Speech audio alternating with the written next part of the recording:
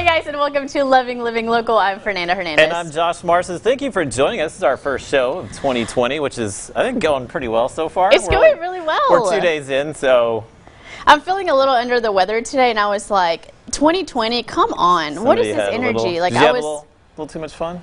No, I didn't. I actually couldn't even stay up past everyone was still going at 1 a.m. Okay. And I just went to my brother's bedroom and just passed out. I was the first one to go to sleep. I don't know what's wrong with me. I went to bed at 5:30 because I have to get up early, so my New Year was just... Great New Year. Didn't happen. It's rainy today, you know that? It's so rainy and so cold. Don't be like me. I left my umbrella in my car, so this morning I had to run out to the car. I got completely soaked, but just kind of keep the umbrella with you. We'll have some additional showers this afternoon, this evening. Not quite as heavy as the rain that we saw this morning, but the rain will be around for us. Into the evening, 40s and 50s tonight. We're just ahead of a cold front, so the temperatures will be quite likable overnight. And here's a look at Futurecast. After 6 p.m. tonight, we're still dealing with a little bit of rain. And what will happen tonight and tomorrow, we'll see the clouds continue to build in. So we're not going to see much sunshine for your Friday. There will be just a lingering shower or two if you have outdoor plans. Don't worry about it. Should have highs tomorrow in the 50s, so a little bit cooler for your Friday. And the weekend still looks amazing. We'll take a sneak peek of that weekend forecast a little bit later in the show. Make sure you keep that umbrella handy. You're going to need it today. Don't be like Josh. Don't be like me and leave it in the car. And you know what time it is, guys? We've got 6 things you should know. And number 1 on our list today, Adele, Taylor Swift, and Drake were nominated to the Decade's Top 10 Albums chart. That's according to the Recording Industry Association of America. Adele's 21 and 25 topped the list at number 1 and number 2, followed by Taylor Swift's 1989 and Red at 3 and 4, with Drake's Views rounding out the top 5. Swift's Speak Now came in at number 6, followed by the Hamilton soundtrack, Drake's Take Care, and Bruno Mars's Doo-Wops and Hooligans, and Drake's Scorpions. A lot of Drake and a lot of Adele on the list. A lot of good songs up there. Fun facts. What? You may not know this about me, but I love Adele. Do you really? Yeah, I don't go out of my way to listen to it, but if it comes on, I never change it. Do you love her music, or do you have a woman crush Wednesday? I don't know. It could be a little women crush Wednesday, but she, her voice is so good. You can't. That's so cute. Can't change the I channel. love that you love her. Yeah. I love her too. I love Drake. And let us not forget that Justin Bieber's coming out with a new album this year. That's our top We're going to have highlight of the year already. Every day for you until you go to the concert in what, June, right? Yes, so absolutely. We'll have a Bieber reminder every day for you. And speaking of music, guys, former U.S. President Barack Obama is sharing his annual favorite movies and shows of 2019. His list, which he shared on social media on Sunday, includes Parasite, Little Women, and The Irishman, which is really good. Obama also included the film American Factory from Higher Ground, the production company which he shares with his wife Michelle. Obama's latest selections continue his tradition of sharing lists of favorites. That dates back to his time in the White House. Did you finish Irishman? I know that you said your mom and your brother recommended it. Yeah, I was going to start it, but I didn't get around to it because I know I have to carve out a lot of time, so it just hasn't happened for me yet. But yes. Yeah, maybe this month at some point. Well, if you haven't seen it, it's on Netflix. It is a 3-hour film, so I would suggest split it up into 30-minute episodes. Make it like a little mini-series for yourself. I have to do it in one sitting. I can't do that. I'm not one of those. Really? Yeah, I've got to do it. I binge, even just 30-minute episodes. I'll watch an entire season. Straight through? Yeah. I got to cut them up because I like lose focus. I get that, yeah. Some people. Yeah.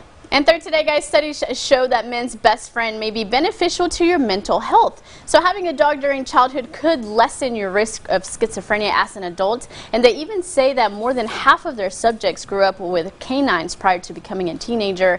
And after comparing those results, the research showed having a dog during childhood resulted in a 24% reduced chance of schizophrenia. That's great news. Yeah, it is. That percentage of a lesser risk more than doubled for babies who were around dogs. Oddly enough, there was no major benefit for kids and cats.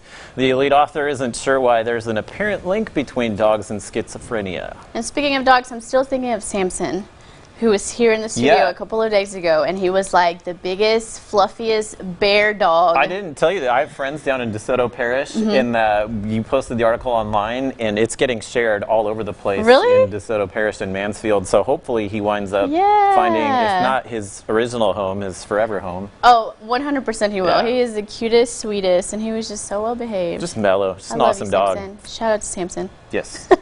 And fourth, Gas Buddy is forecasting gas prices in 2020 to be 2 cents lower than last year at $2.60 per gallon. Now, of course, that won't be true all year because gas prices tend to rise as refiners switch to summer blends. But Gas Buddy predicts prices will be lowest in February and rise to a will peak in May, which is good news. That's her birthday month. We'll probably be traveling. Be driving all over the place in February. But those living in larger cities are also likely to see jumps to more than $3 per gallon and up to $4 in parts of the West Coast. Keep in mind, gas prices are determined by the world market for oil. So, of course, we all pay less than like $3 here. When I was home in Arizona in November, it was almost $4 a gallon. Yeah, I remember there was like a time where gas was around $4 and it was awful. Like you didn't want to go anywhere. You were just like. But you still drove everywhere all the time. Everyone was breaking up because you're like, look, I don't have the money to come see you. I can't. No, like, you live 4 miles away, but it's too far. It's too far. It's too much gas. And next on our list, guys, isn't much of a surprise. It turns out that 2019 tech sales belonged to Apple Incorporated. The company's iPhone was the best-selling tech product of the year. That's even with 15 million fewer units moved than the 200 million iPhones Apple that were sold in 2018. iPhone sales still managed to dwarf the 30 million Galaxy S line phones consumers snagged from Samsung, and Apple also took the #2 slot for 2019 with an estimated 65 million pairs of AirPods sold. Amazon claimed the #3 spot with its Echo line of speakers. No surprise there. Every time I walk by the Apple store, it's like sucks you in.